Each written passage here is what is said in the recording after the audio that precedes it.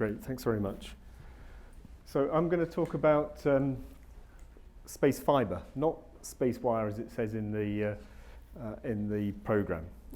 So this work was done by myself and a number of colleagues at STAR Dundee and the University of Dundee. So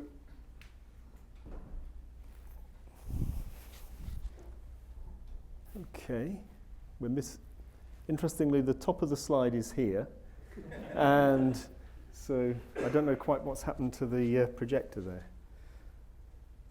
So we'll see if I think that, well, we just have to see if that's going to be a problem. Okay, so sorry about that. So I'm going to talk about the next generation of SpaceWire, so SpaceFibre technology. I'll talk about links, lanes, packet, and virtual channels. I'll talk about quality of service that we include in SpaceFibre. I'll talk about multi-lane operation, where we can get very high performance. Virtual networks.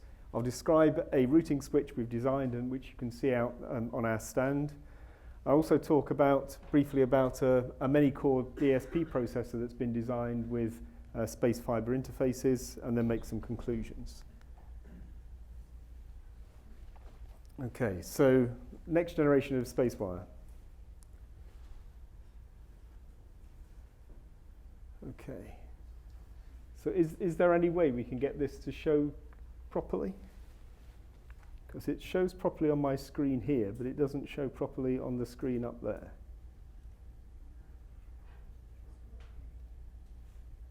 No?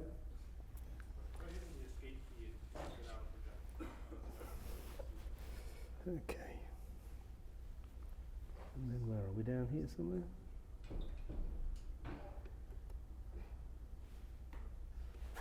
Okay. So driving applications for SpaceFibre. I'll read the title at the top. So the first thing was we wanted to be able to support high data rates for synthetic aperture radar and high-resolution multispectral images. Yeah, please do. So it's okay here, but it's not on this big screen. It's just coming down the bottom. So.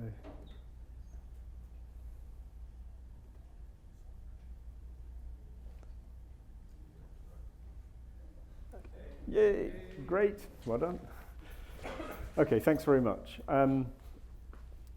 Okay, so driving applications for SpaceFibre. So the first thing, and the real driving application, is we wanted to be able to support very high data rate missions like synthetic aperture radar and multispectral imaging systems.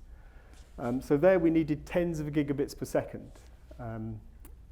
We also wanted to be able to support the high-performance mass memories that were to gather that data. So we want to connect together the various memory modules with links that could support 10 gigabits per second and higher. We also wanted to be able to support integrated control and payload data handling systems, where we could use one network for doing things like the AOCS or guidance navigation control, and run that concurrently with asynchronous payload data delivery. So we wanted to combine deterministic data delivery with asynchronous high data rate traffic. And when we did that, we wanted it to be simple to configure. And of course, we wanted things like galvanic isolation and so on. We also wanted to be able to support space transportation applications, where we would cover a long distance. We'd have to have deterministic data delivery, which was safety critical. And we also wanted to do that while we were over the very same network, we're carrying video traffic and other useful sensor information. And while doing this, we also wanted it to be backwards compatible with the existing SpaceWire standard. So you can plug existing SpaceWire equipment into SpaceFibre and it will just operate. So what is SpaceFibre? SpaceFibre is an onboard data link and network technology. It runs over electrical cable, in spite of its name, and fiber optic cables. And it's a substantial improvement over SpaceWire technology. So it's much faster, it's lower power, it's lower mass, it's got inbuilt fault detection, isolation, and recovery, and it includes a whole load of additional capabilities, some of which I'm going to describe today. And the key thing is it has a small footprint. So if you compare this to other technologies, the implementation is very small. So we've designed it all the way through to have an efficient design when it's implemented. So for example, it takes around about 3 to 6% of an RTG4 FPGA to implement a SpaceFibre interface. Okay, so as I said, it's high performance. So we have it running at 2.5 gigabits per second in current flight qualified technology. It runs at 3.125 in the microsemi RTG4 FPGA, and we've got implementations that run at 6.25 gigabits per second coming soon. When you run multiple lanes, which we can do, you can get very, very high data rates. It incorporates quality of service built into the hardware, so we provide priority, bandwidth reservation, and scheduling mechanisms all integrated in the hardware. And we also have integrated fault detection, isolation, and recovery capabilities. So if there's a transient error, like a bit flip on the line, we automatically recover from that, and that's transparent to the end user applications. And there's also error containment in virtual channels and frames, and we also have babbling node protection. There's also a low latency broadcast message. So this is similar to an interrupt in a processor, but we can basically broadcast these signals right across the entire network to everybody who wants to actually register to listen to those signals. Okay, so all the way through, SpaceFibre has been designed specifically to support spaceflight applications. Every design decision was made with that in mind. Okay, so I'm going to describe some of the basics of a SpaceFibre link. So a SpaceFibre link is made up of one or more lanes. The lanes carry information from one end of the link to the other end, and a SpaceFibre lane can run over an electrical physical layer or a fibre optical physical layer. A multi-lane link can have some unidirectional lanes, provided there's at least one bidirectional lane.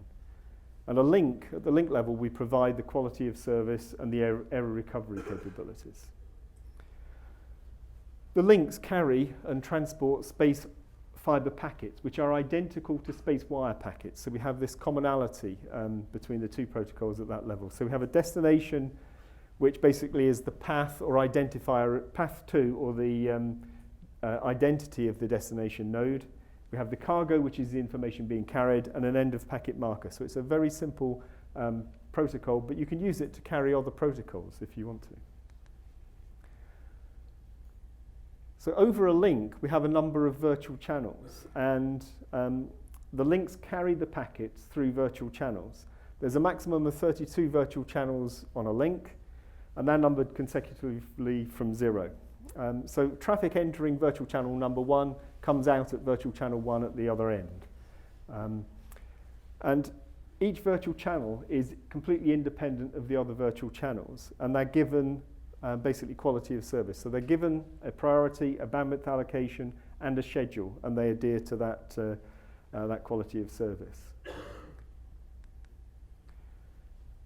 Okay, so this just shows a one-lane link. We can have a multi-lane link, and those lanes are grouped together and attached to a link interface. The link provides the quality of service and the FDIR capabilities.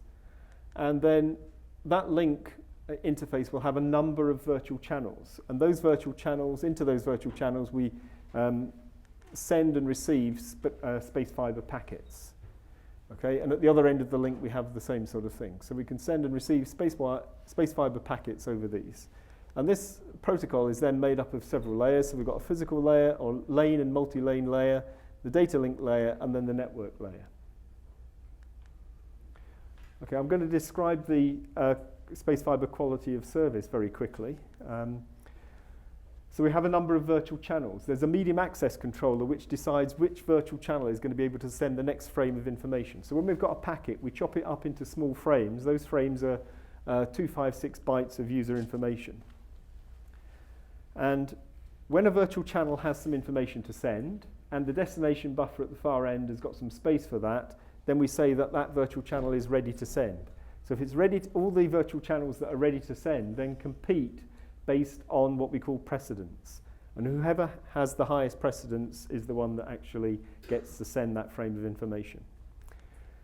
Okay, so here we have virtual channel 1 is actually ready, and so it sends a frame. Still it's ready and nobody else is ready, so it sends the next frame. It's still ready, but in the meantime, virtual channel 2, which is maybe higher priority, it's ready, so it sends the next frame of information. Maybe that virtual channel doesn't have any more information to send, but virtual channel 3 is now ready, and it sends the next piece of information. Maybe there's no space in virtual channel 3's buffer, so next frame is sent by virtual channel 1. So these frames are interleaved according to when the links are ready and whoever's got the highest precedence at the particular time of sending the frame. Okay, so how do we sort out this precedence? So precedence determines who's going to go next. So the first thing is we have bandwidth reservation. So bandwidth reservation is controlled by a bandwidth credit counter. And what happens here is over time you accumulate credit and then every so often you spend it when you send a frame. So here we're actually accumulating some credit. So it's continually accumulating credit over time. And every time we get to send a frame, we spend some of that credit and the credit count drops. And it drops again here. Okay, so we can have several virtual channels, all competing and accumulating credit and spending their credit as time goes on. So here we've got the red virtual channel maybe has, say, 20% of the bandwidth allocation. So when it sends a frame, it drops by a certain amount. The green one has only got 10% of the bandwidth allocation. So when it sends a frame, it drops by double that amount. Okay, and when we've got two virtual channels that are both ready to send, then whoever's got the highest priority, the highest precedence will be the one that's selected. So in this case, the blue one will go first, and then the green one will be able to send its frame. Okay, this bandwidth credit counter is limited in its range. So eventually, if you keep accumulating credit, you'll reach a limit, and then you saturate at that limit. Okay, if we think about this, we can implement this bandwidth reservation with a very simple series of counters. And if we add a couple of bits at the top of that counter, we can implement priority as well. So here we've got, I'm just showing 3 levels of priority. Within each of those priority bands, the virtual channels will compete based on their bandwidth allocation. But whenever the highest priority band, the yellow one at the top there, has got something to send, it will send because it's always got highest precedence. Okay, so this is fine unless something goes wrong and that high priority virtual channel starts to babble. And if it starts to babble, what's going to happen is it's going to continually send frames and then it will saturate at its lower limit. Okay, now that is still higher than everybody else, so potentially it can continue sending the frames, even though it's exceeded its bandwidth allocation and all this sort of thing. So what we do is as soon as it reaches that lower limit, its priority is immediately dropped to the lowest level possible. So it's still possible for it to send a frame, but it can only do that when nobody else has got a frame to send. Okay, so basically it's competing now based on a best effort service. As soon as it accumulates some more credit, that will pop back up and it can then send some more frames. Okay, so using this mechanism, we've actually got babbling node protection built into each link as well as the priority and the bandwidth reservation. Okay, I haven't got time to tell you about the scheduling. I'd love to do that, so if you want to know about that, please see me afterwards and I'll tell you about that. But I'm going to talk about multi-lane operation now. So in order to get very high data rates with existing space-qualified technology, we use multi-lanes. So we run a number of lanes in parallel to form a link that runs at higher speed. Now, many protocols do this, but we do it in a slightly different way, again, to target spaceflight applications. So we can have, most other protocols have 1, 2, 4, 8, or 16 lanes. Okay, we actually have any number of lanes. And we do this so that we can do several things. We can change the number of lanes dynamically. So if you want more bandwidth at a particular time, you can just turn on some more lanes and you get more bandwidth. If you want to save some power, you can reduce the number of lanes. If a lane fails, then you can gracefully degrade your performance. And I'll show you how this works. We can also support asymmetric operation, where if for things like a synthetic aperture radar, you want most of the data goes in one direction, so we want asymmetry there, and we can support that. And again, this has a small footprint design. So the asymmetric links, first of all. So high data rate instruments generally pass data in one direction, and they get command and control and housekeeping requests in the opposite direction. So we allow the lanes to be unidirectional, provided there's at least one bidirectional lane. So here we have 2 lanes that are bidirectional, and then a number of lanes, so 3 lanes here, which are unidirectional. And then we could also have another spare unidirectional lane there as well. Okay, so on this side they're transmit only, and on that side they're receive only. So SpaceFibre can work in this way. We have graceful degradation. So here we've got 4 lanes sending information. So this would give you 10 gigabits per second of data throughput using something like an RTG4 FPGA and 4 lanes there. And we're sending various types of data. So we've got some attitude and orbit control or guidance and navigation control information. This is top priority because it's really mission critical, and it's scheduled, so it's fully deterministic. We've got some other control information which is high priority. We've got some essential data which is also high priority. We've got some important data which is middle priority, and we've got some other data which isn't that critical, so that's given low priority. Okay, so all this data is flowing through the multi-lane link and popping out the other end. Okay, so what happens if one of our lanes fails? So here, lane number 2 fails, we lose that, and then because of the quality of service, the data we lose isn't a bit of all the data, but it's the low priority data. So basically we use that other low priority, less important information. So on our mission critical data gets through. So our attitude and orbit control goes through even though we've had a failure on one of the links. Now this switching of the lanes takes around about 4 microseconds. So it's fast, it's instantaneous, and it's all built into the hardware. Okay, and of course what you can do is once this has been detected, it can be notified to a network manager. The network manager can then decide to power up a redundant lane, and you then get your other data as well. Okay, that's what I've just said. So I want to talk about virtual networks now. So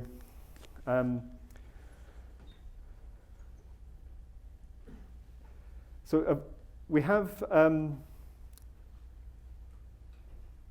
across the SpaceFibre link, virtual channel 1 always talks to virtual channel 1, virtual channel 2 to virtual channel 2, and so on. And what we can do is on top of these virtual channels, we can actually assign the virtual channels to be what we call virtual networks. And I'll show you how this works.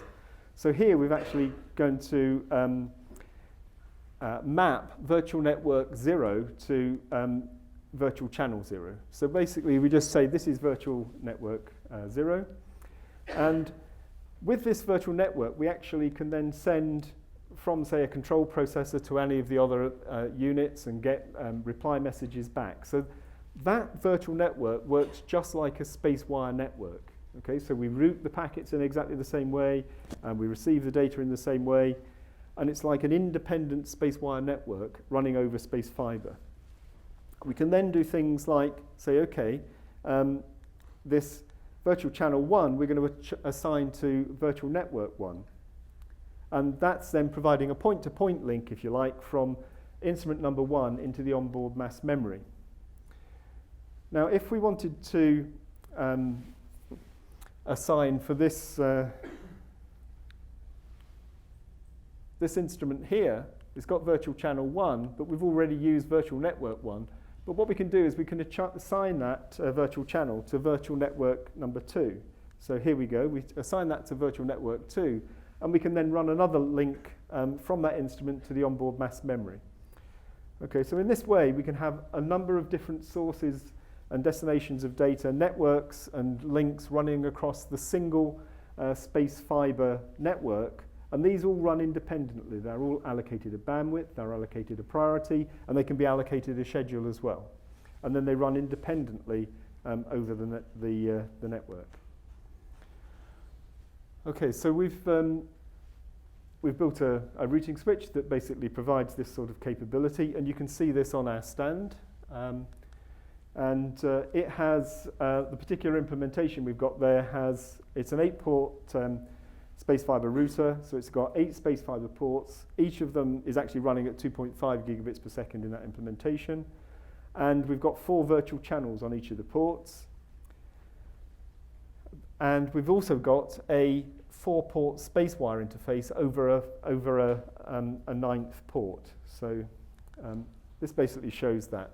So we've got the 8 SpaceFibre ports, and then down here, we've actually connected, we've got a port number 9. It's got its virtual channels, which are just the interfaces into that port. And what we can do is we can just put a SpaceWire codec here and just attach it back to back into this virtual channel. And that's how you connect SpaceWire into SpaceFibre. So it's not a bridge because we're doing this basically at the data link level. Okay, so it's very, very simple to interface SpaceWire into SpaceFibre. Then at the network layer, they're actually using the same protocols. So a SpaceWire instrument attached here doesn't know it's running over SpaceFibre. So if you've built a SpaceWire processor or a SpaceWire camera or some other equipment, you can easily integrate it into SpaceFibre, and it doesn't need to know that it's running over SpaceFibre at all. But when you plug it in, it gets the benefit of the quality of service and the FDR capabilities that SpaceFibre provides. Okay, this shows the router. And these are actually, the NGMM stands for Next Generation Mass Memory. So these are actually being used in an ESA Next Generation Mass Memory project. And you can see the 8 SpaceFibre ports here. We're running electrical SpaceFibre and the 4 SpaceWire ports. We're also developing an implementation of this in the RTG4 so it can be ready for flight. And to do this, we're developing what we call the Pixie RTG4 board, which is basically shown in this block diagram. So at the center, you can see there's the RTG4. We've got Pixie interface over there. We've got a number of SpaceFibre interfaces, and these Flexi interfaces can be used to add in SpaceWire or CAN bus or GPIO or UART or any other type of interface. This actually shows the layout of the board. There's the FPGA in the middle. These are those Flexi connectors, which we can use for various types of interfaces. We've got 2 banks of DDR memory and the Pixie interface at the back. And then there's some power supplies. Okay, and this is actually that particular board under test. If you want to see this board, we've got one of these outside as well, so you can have a look at that. It can also be used, as well as we're targeting this for a series of different applications, but it can also be used as a generic RTG4 development board as well. Okay, this actually shows me playing with some equipment, which I do get to do occasionally. And just here, these are actually RTG4 development boards. So there's 2 of those, and we have those running in a complete network with 2 of the SpaceFibre routers in the middle in that rack. Okay, so I also want to talk about the RC64 many-core DSP processor, because this is actually a processor, and this is a software event after all. So there's a company, I should have had their logo on here, but I realized it wasn't there, but called Ramon Chips, based in Israel, who are developing this chip. It's due to go out to tape out really any day now, so early next year we expect it to go to tape out. This is a 64-core DSP processor with using the SIVA DSP cores. It will run at around about 300 megahertz and will achieve of the order of 38 gigaflops or 150 gigaops for the entire processing capability. The interesting thing from my perspective is that it has 12 SpaceFibre interfaces which will run up to 6.25 gigabits per second each. And these are integrated down here. This diagram shows you the architecture, and there's this just shows 8 DSP cores. There's actually 64 of them. There's a huge shared memory and a network, interconnection network that connects these together. And then there's these various interfaces down here, including SpaceWire and SpaceFibre interfaces. So there's 12 SpaceFibre interfaces. There's also 4 serial rapid I/O interfaces. The reason they didn't put 12 serial rapid I/O interfaces on there is they wouldn't fit. So they decided to put SpaceFibre interfaces in instead. And as I said, SpaceFibre is a very small footprint design. It's been designed all the way through for spaceflight applications to be robust and reliable and to have a small footprint. Okay, so yes, so in conclusion, SpaceFibre supports high data rate instruments, so we can achieve very high data rates, especially when you start using multi-laning. And we can do that now with devices like the RTG4 FPGA. We reduce cost, schedule, and risk. So the first thing is it's very easy to integrate existing space-wired equipment into a SpaceFibre network. We reduce harness mass, so SpaceFibre is, even the electrical version, is lower mass than space wire. The fibre optic version is even lighter still. We simplify redundancy in many ways, and we enable some new redundancy approaches because of the multi-lane graceful degradation capabilities. We increase the reliability because potentially we can use one network instead of several networks to achieve the required functionality, and you need to make that one network redundant rather than having several networks, any one of which that fails would actually lose the overall mission. And as I said, small footprint design.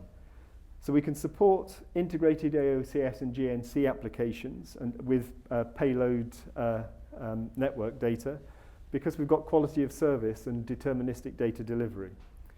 We can support space transportation because when we use fibre optics, we can run over long distances, 100 meters. And also we've got galvanic isolation. Okay, the multi-lane layer provides basically a data rate increase according to the number of lanes. And we can have any number of lanes from 1 to 16. Those lanes can change dynamically. When they change dynamically, we have instant reconfiguration, which is just a few microseconds to achieve. You can use that to save power when you don't need to use all the throughput. We've also got graceful degradation when a lane fails, asymmetric operation for data that's flowing primarily in one direction. The SpaceFibre network builds on the network layer concepts of SpaceWire. So we use the same packet format, which means it's very easy to integrate existing SpaceWire equipment into a SpaceFibre network. We provide virtual networks. Each of those virtual networks is like an independent SpaceWire network running in parallel over the SpaceFibre connection. So that can separate different classes of traffic. So you can use one virtual network for maybe the AOCS. You can use one virtual network for maybe the network and instrument control, and then so on. We've implemented what we call the Sunrise router, which basically was used to demonstrate and validate these concepts. So we've had that running for over a year now, and it's in the process of being ported to the microsemi RTG4 FPGA. Okay, so there's some acknowledgements there. So thanks for everybody who contributed to the cost of running this project. And if there's any questions, I'd be happy to answer them. Question? Yeah. Yes. Is it on? Hello? Yep. There you go. Two quick questions. One is, what is the roadmap for any of the technology actually flying? Because I saw you had a bullet saying that you used flight qualified technology, which is very different than it flying. And the second is, are there any features that are inherently provided to allow multiple controllers on the network, specifically like a backup flight computer, without contention? Yeah. Okay, so so when I said that it's already implemented in flight qualified technology, what I meant is we have a design that's implemented in a microsemi RTAX 2000 and 1000 FPGA together with a Texas Instrument TLK 2711 SERDES device. So all of those devices have flown in space, but with different protocols implemented in the AX 1000. So all we're doing is putting in a different protocol to run the serial design. So that means the basic technology, the electronic technology, has already flown. The next thing we're doing there is, so that's, if you really wanted something which was effectively low risk and wanted to fly it today, that would be the way to do it. If you then could wait a little while. Then something like the microsemi RTG4 FPGA is much better because it integrates the SerDes in the actual FPGA chip itself.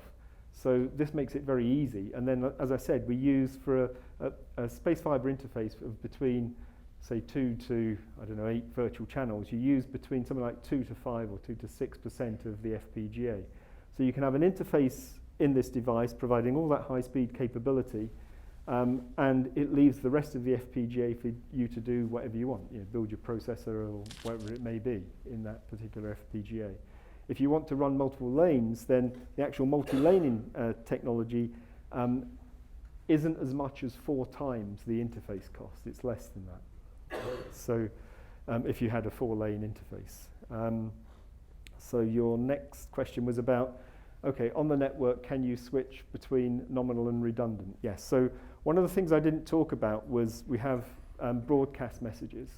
And broadcast messages can be sent right across the network to do for various things. So one thing we want to do with them is broadcast system time. So a broadcast message preempts any frame, so it gets sent immediately, even in the middle of a frame going across the links. And then the routing switches broadcast them immediately. Okay, so you get this flood of a broadcast message across the network, and it doesn't loop, so it just goes across the network and reaches every node and every router in the network that can be reached. So you can use that for distributing things like system time. So it carries 8 bytes of user information, so we can transmit a CCSDS unsegmented timecode. But the other thing we can do with this is use it to actually do things like system management. So you can say things like, whoops, my spacecraft needs to go in safe mode. So rather than telling everybody and trying to shut everything down, you just send a broadcast message saying, whoops, we're going to go in safe mode. Okay, and you can do this sort of thing for redundancy management as well, if you wanted to. So one of the things we wanted to do there is what happens if we've got a router somewhere in the network and it has a link that fails? How does it tell the network manager? Okay, so what we can do there is, again, we actually have one of the types of broadcast message is an error broadcast message, and it basically broadcasts the fact that some link has failed, and then the network manager can actually recover from that situation as well. Very good. Other questions? Many.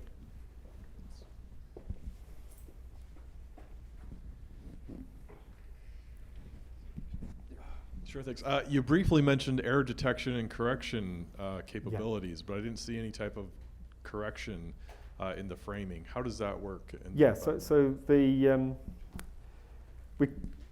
we basically, what we do is we detect an error. So there's several ways to detect an error. There's disparity, there's unused code. So we use an 8B, 10B code. That means we convert 8 bits plus a data control flag into a 10-bit code. So that 8 bits gives you 256, then there's 12 control codes, and we're putting that into a code that has 1024. So that means something like 750 of those codes are actually unused. So if you detect an unused code, that also indicates an error. So we've got disparity, which is like parity, disparity, unused codes, and then every critical piece of information, like a flow control or a data packet or whatever it may be, has a CRC code implemented in it. Now what happens is we do this across a link, not end-to-end over the system, but across a link. If there's a transient error, then basically we'll detect that at the far end of the link, and we then basically get that information resent. So we have an ACK-NACK protocol, which is actually quite novel because we don't need to worry about a timeout for that. We've got a method which automatically adapts to the length of the wire, and it will then resend the information. Okay, so we call it error recovery, not retry, because as soon as we say retry, people think of end-to-end retry, so we call it error recovery. But the sort of thing we can do with this is we've tried this with injecting errors into the line and then just cranking up the bit error rate. And what happens is, okay, we just recover all the errors. So we just inject in random errors and we just recover these. So outside the link, say you're sending SpaceWire packets through SpaceFibre, you don't see any errors. The application doesn't see any errors. All you see eventually is you get up to about 10 to the minus 6 bit error rate. you see a degradation in the overall throughput down to about 95%. Okay, so it's highly robust from that perspective. Now, the reason we wanted to do this was because we wanted to recover from errors really quickly. Okay, so, and the way, one way, like in SpaceWire, if you're familiar with that, what we do is there's an error, so we now no longer know the state of the link. So we had to reset, bring it back up again, and then we know the state of the link. Within SpaceFibre, what we decided to do to make it quicker was we keep the state of the link. So if we miss a flow control token, for example, we need to make sure that gets resent, so we've maintained the state of the link. If we can do that, we can do the error recovery in 4 microseconds instead of something like 25 microseconds. So it's actually quicker to do the error recovery, and as a bonus, we resend the information. So you mentioned you were porting your Sunrise router to the RTG4. Yes. Do you have a rough estimate of how big that will be in that device? We think it will take up the device, yeah. The entire device? Yeah. Okay, thank you. Yeah. Other questions? It does depend on how many ports you wanted to implement in there. So in the multi-laning case, does that introduce higher level packet reordering, or is that something that's taken care of in SpaceFibre? Yeah, so if you remember the diagram I showed, which showed the different protocol layers, there was the physical, then the lane, multi-lane, and then the data link. The data link handles the error recovery and the quality of service. The multi-laning is done at a lower level than that.